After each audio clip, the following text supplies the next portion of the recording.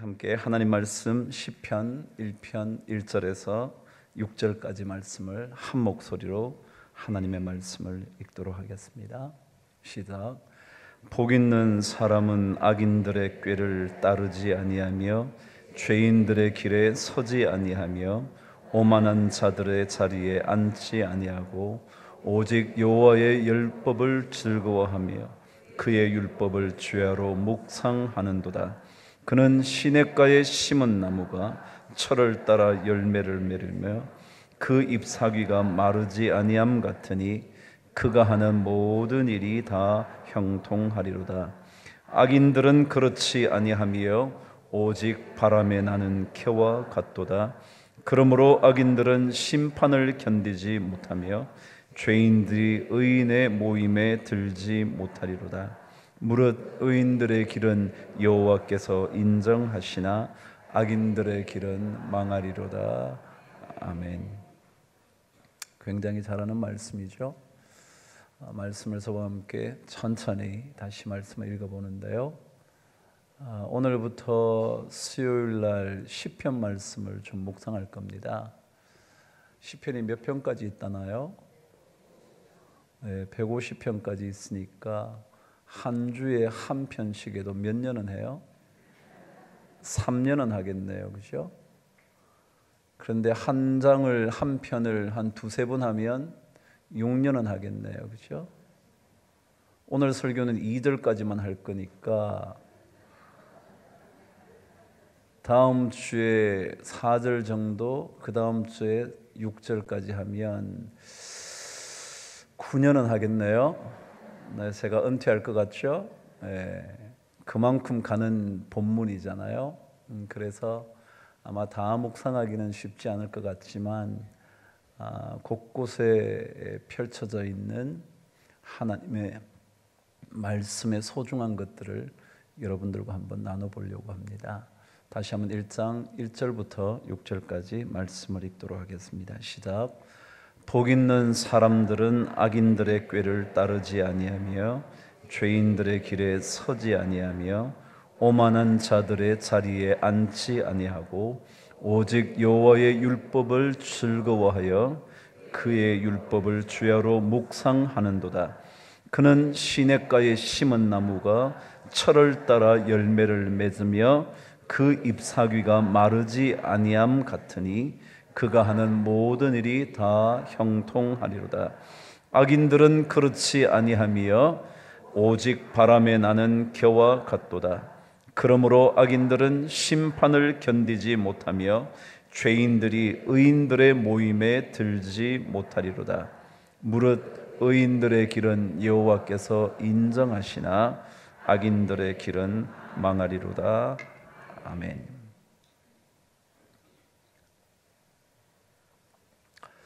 그럼 하나님의 말씀은 어떻게 받는 게 좋은가요? 굉장히 어려운 질문이 됐나요? 하나님의 말씀은 어떻게 받으면 좋을까요? 아멘으로. 아멘이란 게 뭐예요? 그대로 동의합니다. 그냥 그대로 받는 게 제일 좋아요. 어떠세요? 여러분 하나님의 말씀을 그대로 받기를 원하세요? 아니면 막 따져가지고 이것은 조금 나하고 안 맞아. 요거는 우리 상황을 하나님이 모르시는 것 같아. 이것은 우리 가정하고 조금 맞지 않아. 이거는 나한테 맞지만 우리 남편은 저 말씀을 들어야 돼. 그런 생각이 드세요? 아니면 그 말씀 그대로 수용하는 게 좋은 것 같으세요? 제가 너무 정답을 다 알려준 질문을 했죠? 여러분 그대로 받는 것이 유익할까요? 유익하지 않을까요? 또 정답을 가르쳐 준 것 같습니까? 그래요. 말씀을 그대로 받는 것이 훨씬 더 유익합니다. 이것은 하나님의 말씀에 대한 원칙이기도 하지만 세상 사람들이 실험 한 가지를 해봤답니다. 그게 뭐냐면 어떤 사람들은 자기 자신이 모든 상황을 통제하려고 합니다. 가정도 내가 책임지고 통제하면서 일을 진행해서 사업도 그렇게 해서 이렇게 가야지. 통제를 잘할수록 그 사람이 능력이 있는 사람으로 인정을 받는 시대를 살거든요. 근데 반면에 통제하지 않고 주어진 것을 그대로 받는 사람들, 수용적인 사람들은 능력이 없는 사람처럼 인정을 합니다.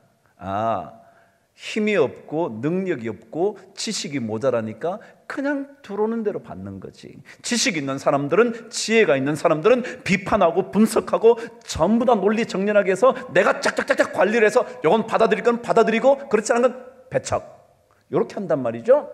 이게 훨씬 더 좋을 것 같단 말이에요. 실제적으로 이 땅, 이 시대의 사람들은 통제하는 사람이 권력자잖아요. 그렇죠? 실험을 했답니다. 어떤 실험이냐면 이산화탄소 흡입 실험입니다. 여러분, 이산화탄소는요, 우리는 공기 중에 이산화탄소가 있지만 그는 산소와 여러 것들이 함께 있는 가운데서 이산화탄소를 마시니까 괜찮지만 이산화탄소만 따로 마시면요 10초만 마셔도 막 역겹기 시작하고 구토가 날려가고 심지어 어떤 사람은 실신하기도 합니다. 그래서 이제 실험을 한 거예요. 통제하는 일에 익숙한 사람들 그룹과 그대로 무엇이든지 받아들이는 그런 삶을 살아온 사람들, 그 사람을 실험을 한 겁니다. 이산화탄소 넣은 비닐봉지를 그 사람에게 줘서 10초 동안 마시는 겁니다. 그런데 누가 잘 그것을 견뎌냈을까요? 해봤더니요, 통제하는 일에 익숙한 사람들은 대부분이 도중에 포기해버렸다는 거. 도저히 못하겠다, 이거 못하겠다. 그리고 어떤 사람들은 그것 때문에 막 쓰러지기도 했다는 겁니다. 그런데 놀랍게도 수용적인 일, 그런 것에 익숙한 사람은 그 과정을 잘 견뎌냈답니다. 그래서 결론이 뭐냐 하면, 과연 어떤 사람이 훨씬 더 상황과 자신을 더 잘 통제할 수 있는 사람일까? 진짜로 통제하는 일에 익숙한 사람일까? 아니면 무언가를 그대로 받아들이는 사람들일까? 결론, 이미 났지만 무언가를 그대로 받아들이는 사람이 훨씬 더 자기 자신의 삶과 상황을 더 잘 통제하는 힘을 갖고 있다는 거예요. 여러분, 하나님의 말씀을요 정확하게 분석을 해서 이것은 이래, 저것은 저래, 그래서 이거는 이렇게 할 수가 없어, 이럴 수밖에 없지, 저렇게는 안 되지 라고 생각하는 사람들이 훨씬 더 하나님의 말씀의 능력을 경험하는 게 아니라 조금 모자란 듯이 말씀하시는 대로 그대로 받아들이는 사람이 훨씬 더 삶의 환경을 잘 통제해 가면서 산다는 거예요. 참 재밌지 않나요? 여러분, 우리가요 많은 하나님의 말씀을 들으면 우리는 자꾸 분석을 합니다. 자기 상황에 맞춥니다. 자기 환경과 비교를 합니다. 그리고 이 세상의 가치관과 자꾸 대조를 합니다. 그리고는 안 맞으면 이거는 하나님의 말씀이지만 하나님은 이런 시대를 살아보시지 않았잖아, 옛날 구닥다리식이잖아 라고 생각할지 모르지만, 하나님의 말씀이 자기에게 이해되지 않는데도 받아들이는 훈련을 한 사람들이 훨씬 더 자신에게 주어진 여러 가지 역경이든지 환경이든지 고통이든지 자기 자신의 삶이든지 더 잘 다스리더라 라는 거예요. 저는 시편의 말씀을 여러분과 제가 이제부터 묵상할 텐데, 이런 마음을 한번 가져보시면서 저와 함께 시편 말씀을 묵상해 보시죠. 하나님이 말씀하신 것 그대로 받아봐야지. 그대로 한번 받아봐야지. 전 철학과 출신이라 그랬죠. 제가 논리학을 얼마나 잘했는지 제가 학 자랑하는 게 아니고 논리학을 얼마나 잘했는지 제가 학부 다닐 때 교수님이 저보고 학부생이 학생들 가르치래 나보고 논리학을. 제가 그만큼 논리적이었나 봐요. 근데 그렇게 머리도 좋은 것도 아닌데 그랬나 보죠. 그래요. 제가 논리적으로 훈련이 잘 됐어요. 잘 됐다고 그래서 하나님의 말씀을 내 논리에 다 맞춰서 맞는 것과 아닌 것을 구별해내서 하나님의 말씀이 내 논리에 맞으면 받아들이고 맞지 않으면 안 받아들이면 내 삶은 내가 생각했던 것보다 훨씬 더 복잡하게 흘러가서 내가 도저히 그 상황을 컨트롤을 못하는 겁니다. 근데 오히려 하나님의 말씀이 이해가 안 되는데 내 논리를 넘어서 있는데 그것을 그대로 받는 수용적인 사람이 되면 훨씬 더 하나님의 말씀의 능력이 나를 사로잡아서 나의 삶을 이끌어가게 될 거다. 그런 거예요. 그래서 저는 다시 한번 시편의 말씀을 묵상하는 동안 여러분과 제 마음 안에 하나님의 말씀을 그대로 받아들일 수 있는 훈련의 시간이 되기를 주의 이름으로 축복합니다. 가을이죠? 가을은 무슨 계절이라 그럽니까? 추수의 계절이라 그럽니다. 추수가 뭐냐면 가을 추자에 숫자가 거둘 숫자입니다. 그러니까 우리는 한국말로 가을거지 그럽니다. 가을거지. 가을에 거둬들인단 말이죠. 근데 가을에는 거둬들이고 난 다음에 겨울에는 그것을 저장한다 그래서 옛 사람들은 추수동장이라 그랬습니다. 겨울 동자의 장자는 저장할 장자. 그래서 가을에는 잘 거둬들여서 무언가 겨울이 다가오는 것을 대비하기 위하여 저장해 둔다. 우리가 이때 잘 거둬야 합니다. 꼭 가을이어서가 아니라 우리 인생에 하나님의 말씀으로부터 무언가를 잘 거두어 놔야 겨울, 인생의 겨울을 대비할 때 우리는 우리 안에 저장된 그 하나님의 원칙과 하나님의 원리 때문에 우리는 그 겨울을 잘 지나갈 수 있을 거다. 자, 시편이요. 시편이 뭡니까? 제가 너무 어렵게 질문을 해서 시편은 제목처럼 시들이 묶여져 있는 책 그런 뜻입니다. 시들이 묶여져 있다고요. 시. 근데 좀 더 정확한 번역을 하면 시라는 말보다 음악들이 묶여져 있는 책입니다. 그러니까 이 시라는 말이 히브리어로 원어로 의하면 노래하는 것 그런 뜻입니다. 여러분이 노래하신 것처럼 노래하는 것들이 묶여져 있는 책입니다. 그러니까 이 말씀은 뭐예요? 노래를 하는 거예요. 노래. 제가 언젠가도 한번 말씀드렸지만 시편을 히브리어 읽어놓은 성경 테이프를 틀면요 마치 노래하는 것 같아. 여러분 이번에 우리 성지순례 갔는데 이슬람 지역을 많이 갔어요. 이슬람 지역의 특징은 하루에 5번씩 기도를 합니다.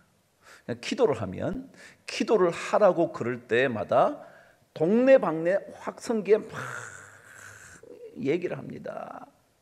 아침에 하나님의 말씀, 알라신의 말씀을 들어. 전 못 알아듣지만 그렇게 한다는 거예요. 근데 그게 어떻게 하느냐면 그냥 오늘 여러분 하나님의 말씀을 묵상하십시오 이렇게 하지 않고요. 하나님의 말씀을 여러분들이 오늘 아침부터 묵상하라.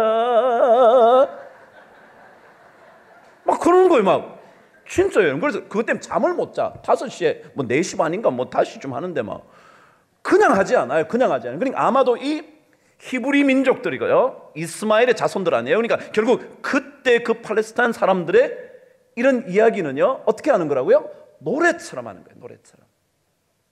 노래는 훨씬 더 잘 기억이 되거든요. 하나님의 말씀을 외우라 그러면 잘 못 외우는데 뭐예요? 찬송은 잘 외워요.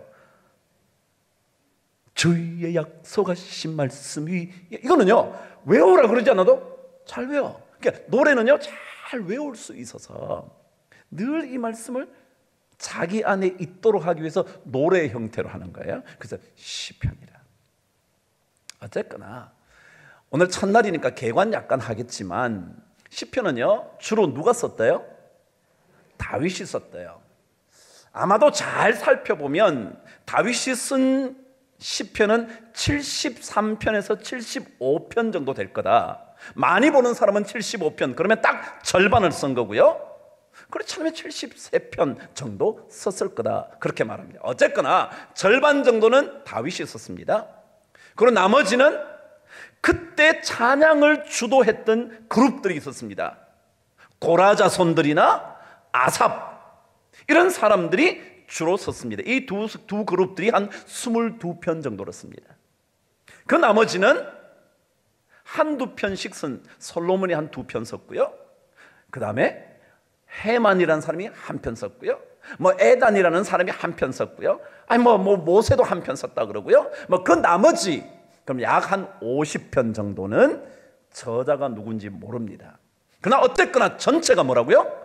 노래였다는 거예요. 노래. 그러니까 오늘 지민자매가 오늘 반주를 했는데 할 일이 있어요. 뭘 하느냐 하면 시편을 읽으면서 자기가 작곡을 하는 거야. 한번 해보세요. 어렵게 하지 말고 쉽게 하세요. 그냥 한두 절만 가지고 복 있는 사람은 악인들의 꾀를 쫓지 아니하고 악인들의 꾀를 따르지 아니하고 죄인들의 길에 서지 아니하며 오만한 자의 자리에 앉지 않는다. 요걸 가지고 작곡을 하는 거예요. 복 있는 사람은 이렇게 만들라고. 그래서 제가 다음 주쯤 제가 부탁할 테니까 하나 만들어 보세요. 자꾸 만들어 보세요. 자, 그런데 시편의 가장 중요한 핵심이 뭘 것 같아요? 그래요. 모든 성경이 그렇지만 시편의 가장 핵심이 하나님입니다. 하나님입니다. 아무리 개인이 단식하듯이 시편을 적었어도요, 거기에 핵심은 누구라고요? 하나님.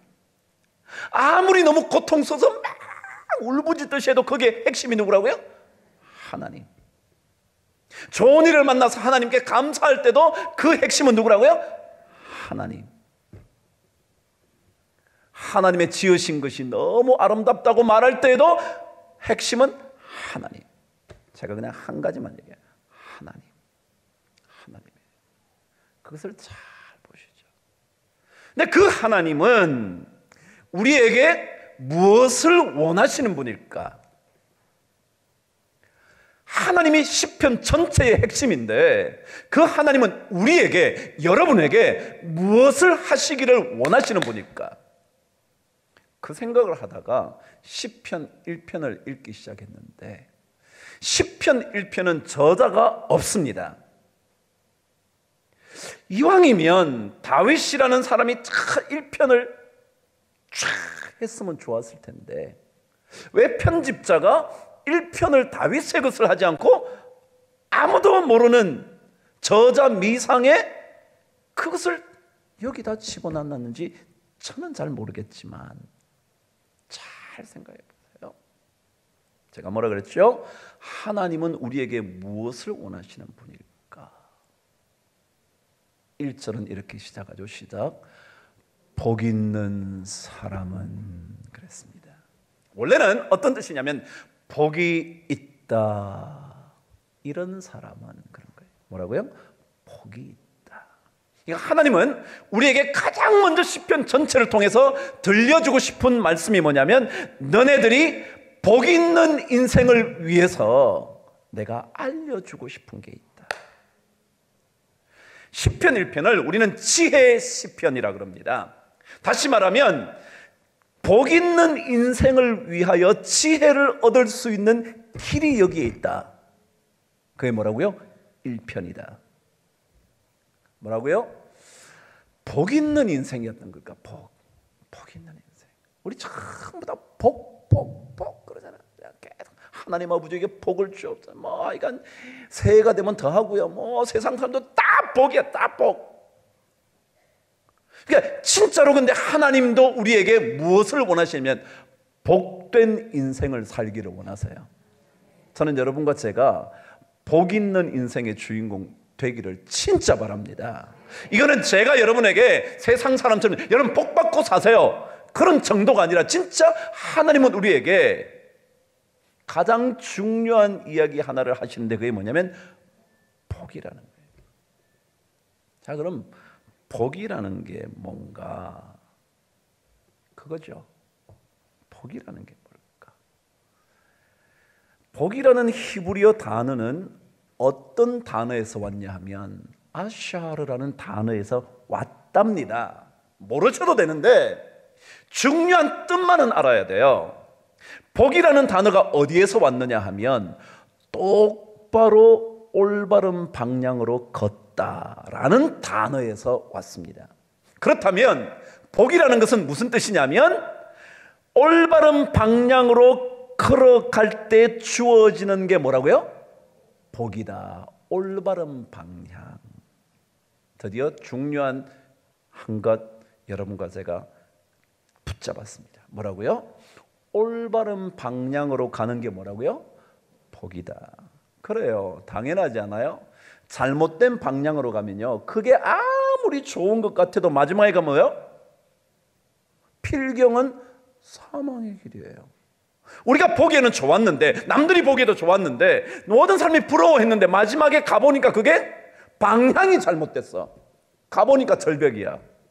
되돌아갈 수도 없어. 어쩔 거냐고요. 그래서 가장 중요한 게 뭐냐면 복이라는 것은 제대로 된 방향을 선택해서 가는 것. 그게 뭐라고요? 복이다. 복. 방향이 맞지 않으면요, 그것은 복이 아니라 뭐라고요? 저주다. 그 얘기예요. 방향.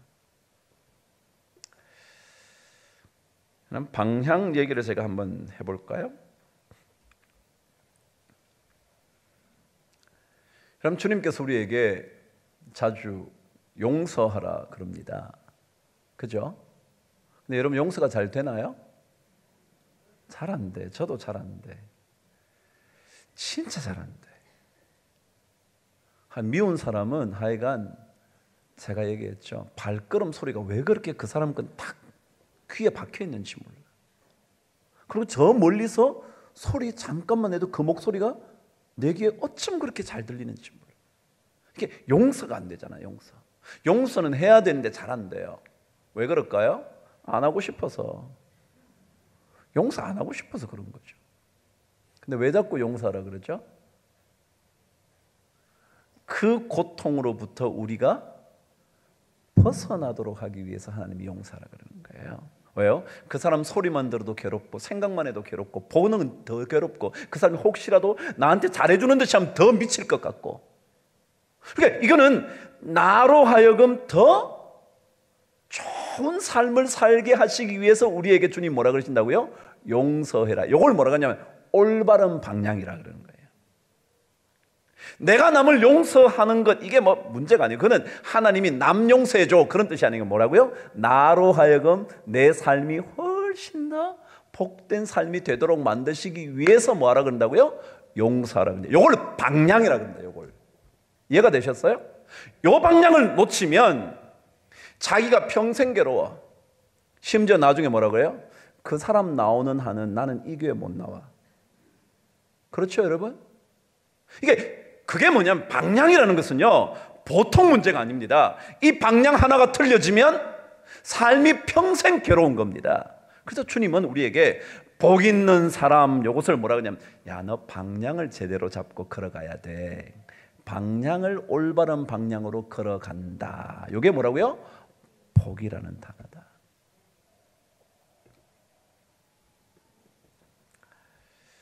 여러분, 일본에 가면 나고야라는 도시가 있습니다. 들어나 보셨나요? 아이고, 들어보셨군요. 가보신 분 계시나요? 가보신 분도 계실 거예요. 나고야는요, 유명한 도시입니다. 어떤 거냐 하면 일본에 유명한 영웅들이 있는데요, 그 중에 우리나라를 괴롭혔던 영웅도 있죠. 누구요? 도요토미 히데요시 풍신수길이라는 사람이요. 그 사람이 어디 출신이냐면 나고야 출신입니다. 그러니까 이 나고야는요, 우리나라한테는 괴롭지만 그 사람은 와, 그때부터 이미 주변 국가들을 정복해서 일본을 강성시킨 영웅 중에 하나입니다. 그 위에 있었던 사람이 오다 노부나가, 여러분 아시죠? 직전신장이라고 들어보셨는지 모르겠는데요, 마치 이런 사람이요, 두견새가 울지 않으면 어떻게 해야 된다고요? 어떻게 해야 된다고요? 죽여버리는 강력한 리더십을 가졌습니다. 도요토미 히데요시는 울지 않으면 어떤 수를 써서라도 울게 해야 돼. 또 한 사람 있나요? 누군데요? 모르면 하지 말까요? 네, 또 한 사람이 있죠. 풍신수길 다음에 또다시 등장한 막부 최고 책임자, 기억나시나요? 덕천가강이라고요. 이런 뭔데요? 일본말 잘하시면 좀 가르쳐 주세요. 어떻게 읽어요?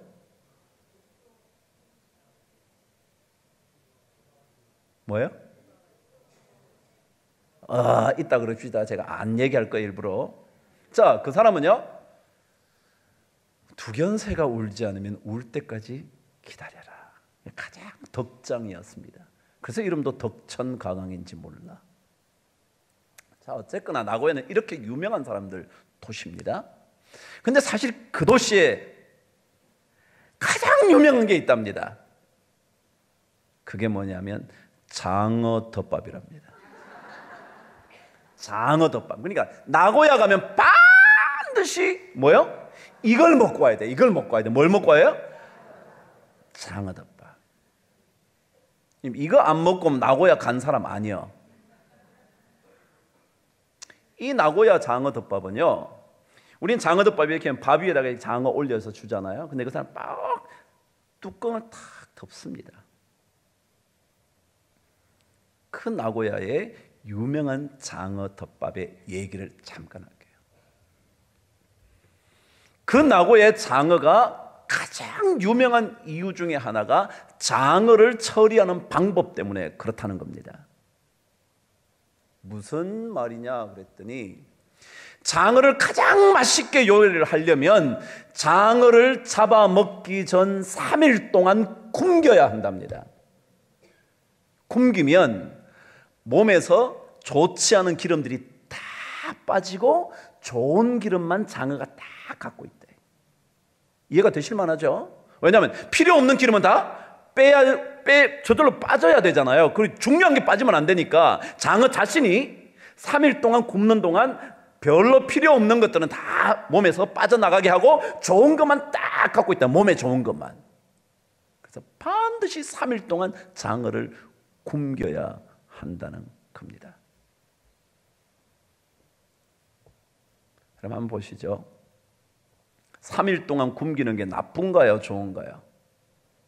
좋으려고 하는 건가요? 나쁘려고 하는 건가요? 자, 또다시 물을게요. 하나님께서 혹시라도 우리 인생에 3일 동안 굶기시는 일이 있을 땐 좋은 거 하시려고 그럴까요? 나쁜 거 하시려고 그럴까요? 그냥 이 얘기를 한번 빗대 본다면, 이건 어떠세요? 제가 아까 그랬죠. 말씀 어떻게 받으라 그랬죠? 그대로 받으라 그랬어요. 그러면 하나님만이 우리에게 고통의 시간을 주실 때 그대로 받는 게 좋습니까? 아니면 하나님 왜 이러시는 겁니까? 저하고 무슨 원수 지셨나요? 왜 우리 집만 이 모양 이 꼴이죠? 남의 집 괜찮아 보이던데요. 그러시나요? 그대로 받으시나요? 제가 장어 얘기를 해서 그런데, 장어는 3일 동안 굶긴다는 거예요. 굶기면 그 몸 안에 좋은 지방분들만 쫙 남아있고 나머지 필요 없는 것들 다 뺀대.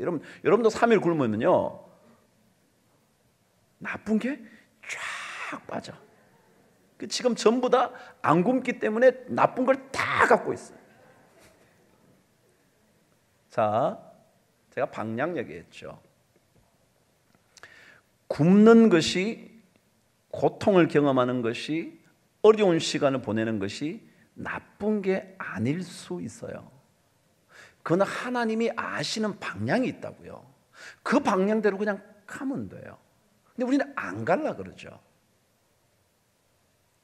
방향이라는 이런 겁니다. 나는 그거 안 해. 하나님 왜 이러시냐고. 나 지금 3일 동안 굶을 수 없어요. 3일 바꿔서 3년 동안 힘든 시기를 보낸다. 우린 벌써 6년의 시간을 보내는데 하나님 이럴 수 없다. 아니요. 필요 없는 거 다 빼내고요. 가장 좋은 거 남겨두시려고 그러는 거예요. 이런 게 방향이에요. 그리스도인의 행복한 삶의 비결이라는 책을 쓴 분이 있습니다. 한국 번역이 돼서 그런데 한나 휘톨 스미스라는 여인이 쓴 책입니다. 옛날 책인데 그분은 어떤 삶을 살았냐 하면 자식을 7을 낳았는데 4이 먼저 세상을 떠납니다. 남편이 실패하고 그리고 건강을 잃고 가난하게 자기 자신의 건강까지 잃어가면서 인생을 살면서 그리스도인의 삶의 행복이 뭔가 그걸 잘 정돈해 놓은 책입니다. 한번 사서 읽어보시죠. 그런데 거기에 보면 첫 번째가 이렇게 되겠습니다. 진정한 그리스도인들은 행복하기보다 거룩하기를 소망해야 한다. 이게 뭐냐면 방향이라는 거예요. 뭐요? 행복이냐 거룩이냐. 그럼 뭐예요? 우리는 오히려 거룩함을 구하자. 돈이 좀 없을 때 사람들은 다 불행하다고 생각하잖아요. 그때 우리는 뭘 꿈꾸는 거예요? 거룩하게. 입술도 거룩하게, 오히려 그럴 때일수록 더 깨끗하게. 이게 거룩하기를 소망해야 한다는 거예요. 만일 거룩이라는 것이 배제된 채 오직 황금으로만 만들어진 행복은 얼마나 허무하고 위험한지 우리에게 그녀가 깨우쳐주고 싶어하는 거예요. 방향입니다. 제가 또다시 방향이요. 오늘은 방향 문제입니다. 황금으로만 채우려고 하는 행복이요. 우리 참 전부 다 그러잖아요. 예수 믿어도 다 돈 좀 더 많이 생기려고 막 기도하고 막 그러잖아요. 여러분 그것보다 그것으로 채워지지 않는 행복이 있다는 것을 알아야 되거든요. 이게 하나님 믿는 거거든요. 그게 진정한 그리스도인. 돈 없으니까 참 불편하죠. 솔직히 말하면 어떤 사람은 예수님보다 돈이 조금 더 좋다고. 누구는 비정직하게 예수님 다음으로 돈이 좋아요. 이렇게 말하자면 사실은 예수님보다 돈이 더 좋아요. 그런 사람 많죠. 근데 우리 삶에 그런 것들이 아니어도 거룩함을 쫓아가는 것이 참 행복한 일이다 라는 것 깨달으면 그게 방향이라는 거예요. 자, 이 방향이요. 근데 두 번째 이런 얘기를 합니다. 그리스도인들은 하나님의 병거들인데, 병거들, 전쟁을 치를 수 있는 마차, 말을 가진 그 마차인데, 이 병거가 강력한 무기가 되기 위해서는 내면의 적을 제거해야 된다는 거예요. 내면의 적. 내면의 적. 그게 뭐냐면 자신이 가지고 있는 것. 들어보세요. 하나님께서는 우리가 하나님의 전차에 올라타게 되기 전에 먼저 우리가 지닌 온갖 지상의 전차를 파괴하시려고 하신다. 어려웠나요?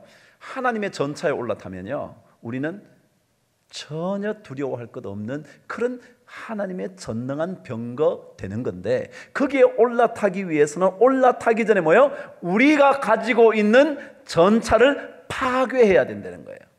그래서 여호수아나 다윗의 얘기를 읽어보면 적들에게부터 많은 것들을 노획하고 난 다음에 뭘 끊어요? 말의 힘줄을 끊어버려. 하나님이 그렇게 명령해요. 야, 그 말의 힘줄 끊어. 왜요? 말의 힘줄을 안 끊으면 뭘 믿고 살라고 그러니까? 저 말의 힘을 믿고 살라 그러니까. 굉장히 어려운 얘기는 갑자기 다들 심각해지셨어. 힘줄을 끊으라는 거예요. 이게 방향 잘 잡으려고 그러는 거예요. 자, 오늘 첫 번째 얘기. 하나님은 우리에게 어떤 삶을 원하시냐면 복된 삶을 원하세요. 그 복된 삶은 뭐라고요? 방향을 제대로 잡고 걸어가는 게 복된 삶이다. 그러면 오늘 말씀을 통해서 그 방향을 한번 정해보자는 거예요. 오늘 삶을 통해서, 오늘 말씀을 통해서. 말씀 곧 끝날 테니까 너무 지겨워하지 마시고. 아직까지 1절도 안 들어갔잖아요. 겨우 1절 들어가서 복 있는 사람은 이거밖에 안 했잖아 지금. 그러니까 이제 2절까지 가려면 한참 남았어요, 여러분. 오늘 2절까지 못할지도 몰라요. 자, 저와 함께 1절을 읽기 시작합니다. 시작. 복 있는 사람은 악인들의 꾀를 따르지 아니하며 죄인들의 길에 서지 아니하고 오만한 자들의 자리에 앉지도 않는다 그랬어요. 잘 들으세요. 악인의 꾀, 죄인의 길, 오만한 자들의 자리. 제가 한번 써볼게요. 중요해요. 악인의 뭐야? 꾀. 그 다음 뭐야? 죄인의 길. 세 번째 뭐야? 오만한 자의 자리.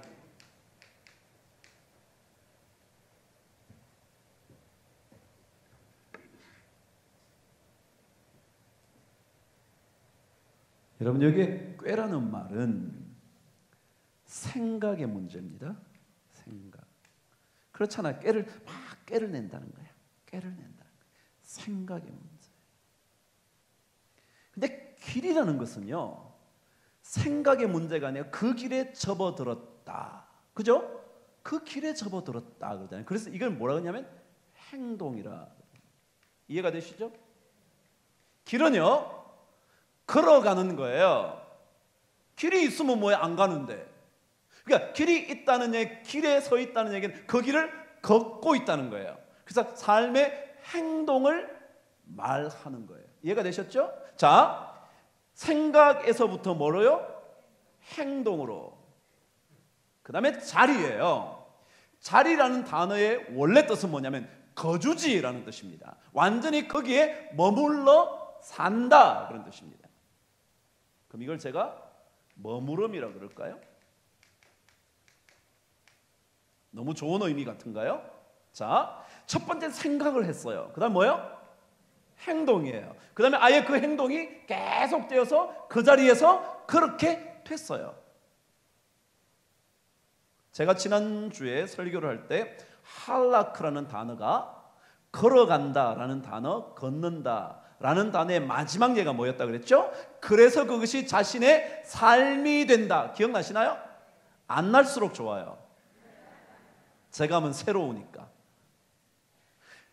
삶이 된다는 거예요. 자, 생각이 발전돼서 뭐예요? 완전히 그 길에 접어드는 행동이 돼요. 행동을 계속 하다 보니까 그것이 아예 자기 삶의 거주지가 돼요. 중요한 것.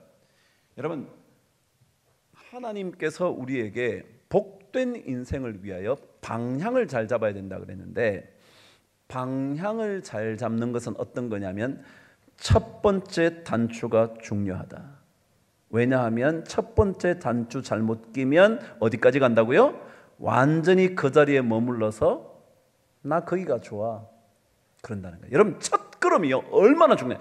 꾀라는 생각이요 얼마나 중요한지 몰라요. 왜요? 생각을 자꾸 하다 보면 그걸 행동으로 가져가요. 행동을 자꾸 하다 보면 그것이 아예 자기 삶의 거주지가 돼버려요. 그 다른 거 하면 불편한 거야. 그것만 해야 돼. 그거 아닌 게 자꾸 찾아오면 우리는 견딜 수 없는 거예요. 그래서 첫 번째 단추가 중요하다. 여러분, 복된 인생을 위해 우리가 뭐가 필요하다? 첫 번째 단추를 주의해야 됩니다. 첫 번째 단추. 사람들이 이것을 아무렇지도 않게 생각해요. 그냥 생각해 보는 건데요, 뭐 어때요? 아니요. 그래서 주님께서 생각의 문제가 굉장히 심각하다. 누구를 보고 마음속에 이런 마음을 품으면 그 심각하다는 거예요. 간단하지 않다는 거예요. 왜요? 생각이 점점 더 어디로 가니까? 행동으로 갈 거니까. 행동으로 가면 그 다음에 나중에 빠져나오기 어려운 서식지가 되니까, 살아가는 그런 삶의 현장이 되니까. 그래요. 처음에는 꽤 정도, 생각 정도였다가 그 다음에는 발걸음이 옮겨져요. 그 다음에 아예 거기에 눌러붙어 살아요. 옮길 필요 없어요. 아니요, 다른 얘기를 들으면 삶이 굉장히 어려워져요. 그래서 싫어요. 그래서 처음 생각이 중요해요. 그래서 그 생각을, 악한 사람들의 생각을 따라가지 마라. 여러분, 생각 정도가 아니라요, 그게 금세 행동이 돼요. 행동이 된 다음에는요, 이걸 바꿀 수가 없어서 다른 것들이 오면 견디지를 못해. 오늘 방향 첫 번째 얘기 뭐예요? 첫 번째 단추를 주의해라. 첫 번째 단추를 어디 끼우느냐, 이게 중요할 때. 두 번째는요, 1절을 그렇게 끝내고 2절로 넘어갈 거예요. 그래야 오늘 2절까지 끝낼 수 있을 것 같아서. 두 번째는요, 저와 함께 말씀을 읽어볼게요. 오직 여호와의 율법을 즐거워하여 그의 율법을 주야로 묵상하는 자로다. 두 번째 뭐라 그랬냐면, 방향의 두 번째예요. 첫 번째는 첫 단추를 주의해라. 두 번째는 뭐냐면요, 여러분의 관심사를 주의해라. 관심사. 왜 제가 갑자기 관심사라는 말을 했냐? 여기에 나온 즐거워한다라는 단어요, 히브리의 헤페츠라는 단어는요, 즐거워한다는 단어는 원래 뜻이 뭐냐면 가장 큰 관심을 기울이는 일이란 뜻이에요. 기쁨이 뭐냐면, 즐거움이 뭐냐면요, 가장 관심을 기울이는 것. 가장 큰 관심.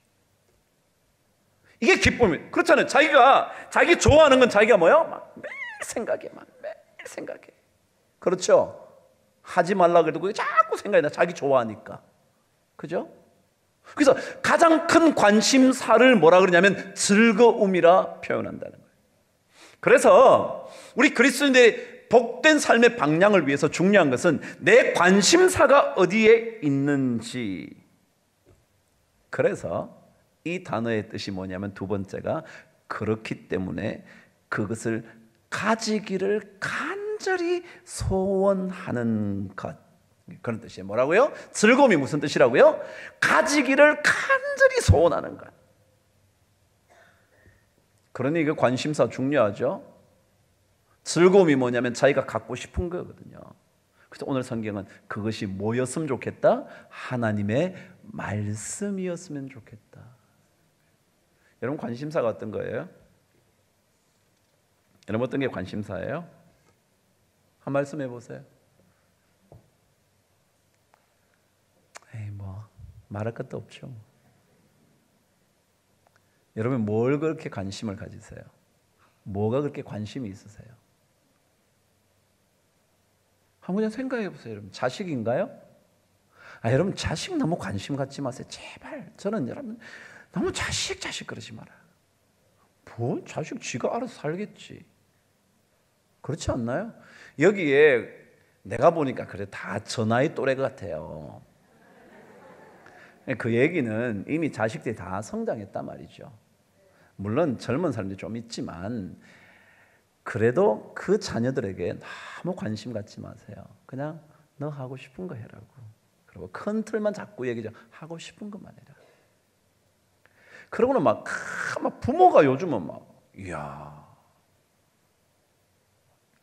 이번에 최경주라는 사람이 아시나요? 들어보신 적 있어요? 참 좋은 크리스천이거든요. 근데 그 최경주라는 사람이 이제 자기는 벌써 이제 은퇴할 나이가 되어가니까 후학들을 초청해서 가르쳐주고 그랬나 봐요. 근데 강의를 하는데 이런 강의를 했답니다. 여러분이 골프 선수가 되려고 지금 골프를 배우고 있는데 절대 골프만 하지 마십시오. 그러면서 뭐라 그러냐면, 학교 다닐 때 해야 하는 그것을 반드시 하십시오. 지금 골프 하는 건데 골프 하려면 골프에 투자를 해야 되잖아요. 막 10시간씩 20시간씩. 근데 학교 다닐 때 해야 될 것을 절대 놓치지 말라고 라고 말하고 있는데, 그러고 난 다음에 강의를 끝내고 이 얘기를 하려는 거고 요 뒷얘기를 하려고 그러는 거예요. 뒤로 이제 식당을 갔다는 거예요. 밥을 먹는데 걔들이 먹을 이제 밥 식당에 갔다가 밥을 이제 시켜야 되잖아요. 그런데 한 애가 엄마를 부르더래. 엄마 나 뭐 먹을까?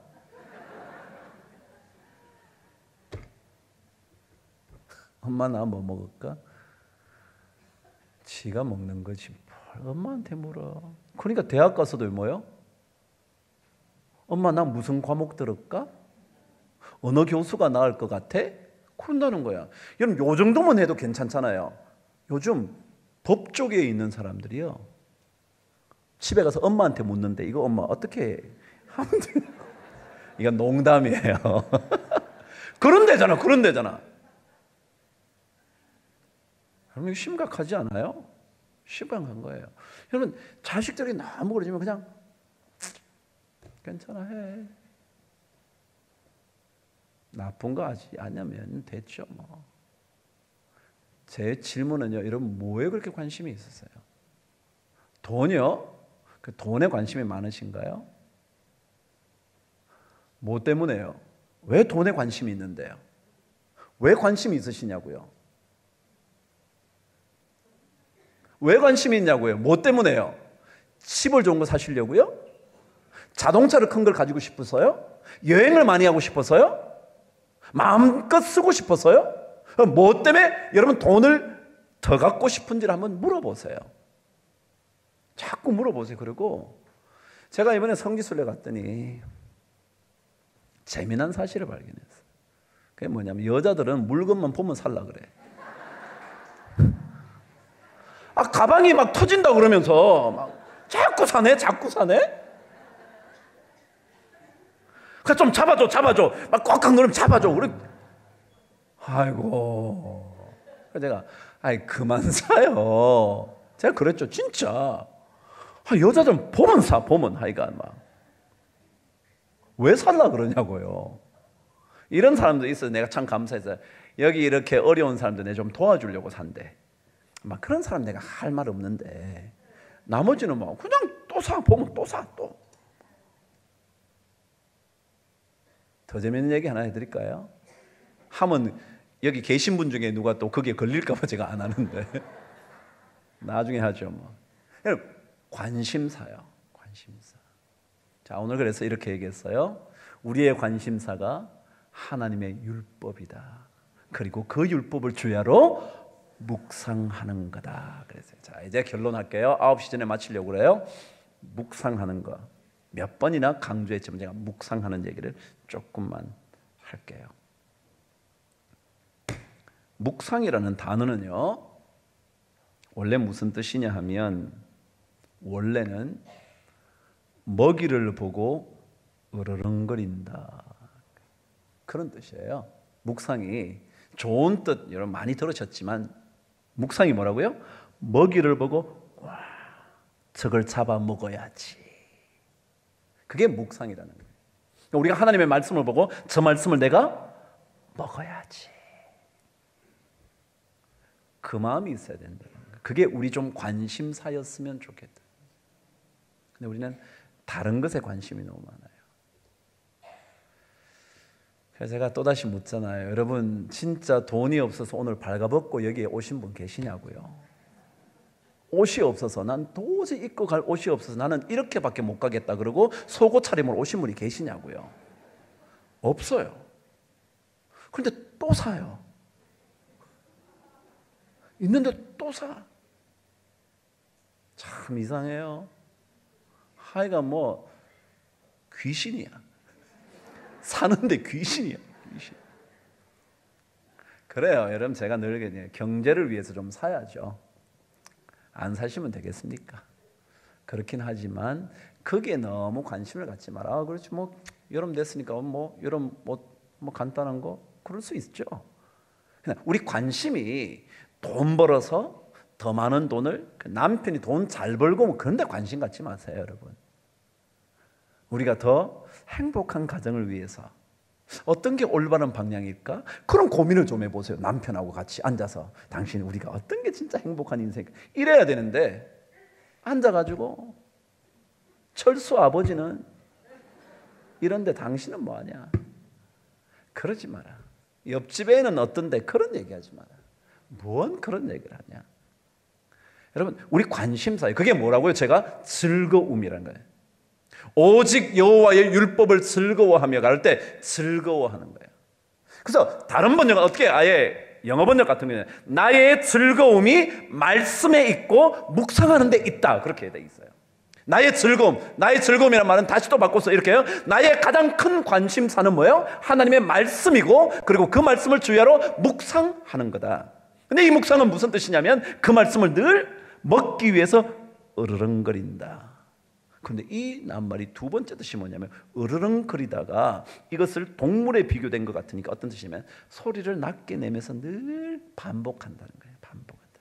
그래서 이걸 노래하는 거예요. 여호와 복 있는 사람은 악인의 꾀를 따르지 아니하며 죄인의 길에 서지 않으며 오만한 자의 자리에 앉지 아니하고 오직 여호와 율법을 즐거워하며 그의 율법을 주야로 묵상하는도다. 이렇게 계속 읊조린다는 거예요. 막 계속. 그게 좀 관심사 되면 어떨까?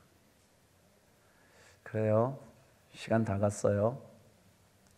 오늘 제가 너무 간단하게 첫날이라 이렇게만 합니다. 다시 한번 되돌아갑니다. 여러분 하나님은 우리에게 무엇을 원하신다고요? 우리가 진짜 복된 인생이었던 건가를 알려주시고 싶었다고요. 그 복된 인생은 뭐라고요? 올바른 방향으로 걸어가는 거라고요. 방향이 중요한데 그 방향의 첫 번째는 뭐라고요? 첫 단추 잘 깨라. 첫 단추. 그래요. 뭐 부부싸움도 첫 마디 한번 잘못 나가면 그 다음부터 싸우잖아. 첫 마디만 그것만 잘하면 괜찮은데. 두 번째는 첫 단추 다음에 뭐라고요?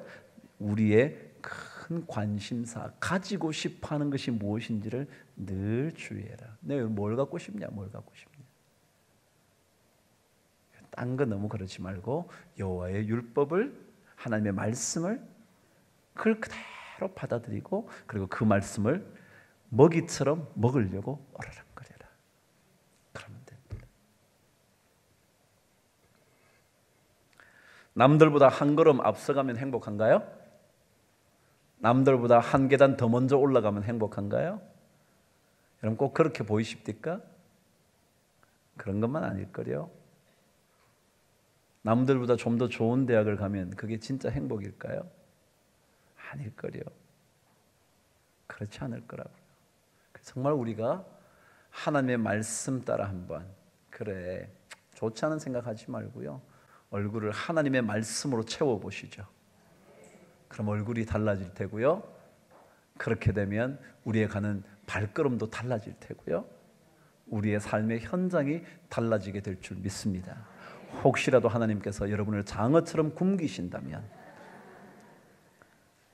오히려 나쁜 것은 다 빠지고 좋은 것만 남겨두시려고 하시는 하나님의 계획이다 아시게 되기를 바랍니다.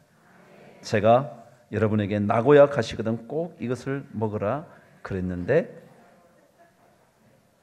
혹시라도 그게 뭔지 일본말로 못해서 못 드실까 봐 일본말을 가르쳐드리고 말씀을 마치도록 하죠. 히스마부시라 그런답니다. 히스마부시. 기억을 못해서 못 드시고 오지는 않게 되기를 바랍니다. 제가 나고야 가면 꼭 이 나고야에 중요한 이런 집이 있어서 가면 보통 3시간씩 기다린대요. 3시간. 보통. 그러니까 얼마나 유명한지 아시겠죠? 그러니까 이름 뭐라고요? 히스마부시. 꼭 드셔보세요.